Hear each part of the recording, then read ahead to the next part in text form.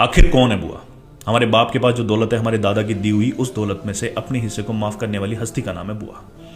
इसी रिश्ते को इतनी बदनामी क्यों? बुआ ऐसी, बुआ वैसी। मैं ही नहीं कहता कि सारी बुआएं अच्छी होती हैं, बहुत सारी बुआएं ऐसी होती हैं जिनके होने की वजह से, जिनकी वजह से घरों में कलेश होते हैं। तो क्या सारे रिश्ते परफेक्ट होते हैं? कुछ माएँ भी तो ऐसी होती हैं ना जो अपनी औलाद को मार देती हैं, न्यूज़ में पढ़ते हो गया आप।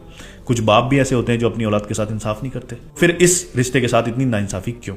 आपके नाम से अगर आपका कोई दुश्मन भी उसके घर चला जाए तो पूरे मोहल्ले को पता चल जाता है कि इसके घर मेहमान आया, इस तरह से स्वागत करती है वो।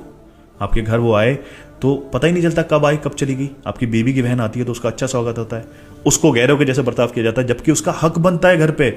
आपके घर का हर एक कोना उसने अपने हाथों से संवारा होता है, उसका बचपन यहाँ गुजरा होता है। और कहते हैं हमने तो दहेज दे दिया तो फिर बुआ का जो हिस्सा था वो हक अदा कर दिया। ये बहुत बड़ी गलतफहमी है।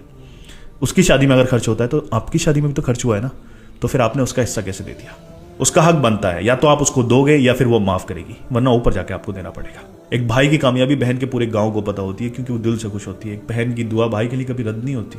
माँ अगर चाहे तो इस रिश्ते की इज्जत करा सकती है क्योंकि वो खुद भी एक बुआ है, उसकी बेटियां भी कभी ना कभी बुआ बनेंगी। ये रिश्ते जो खुदा ने बना दिए हैं उन रिश्तों की कदर करनी चाहिए क्योंकि ये सच है, अगर किसी भी रिश्ते के साथ हम नाइंसाफ़ी करेंगे तो उसका जवाब हमें देना है।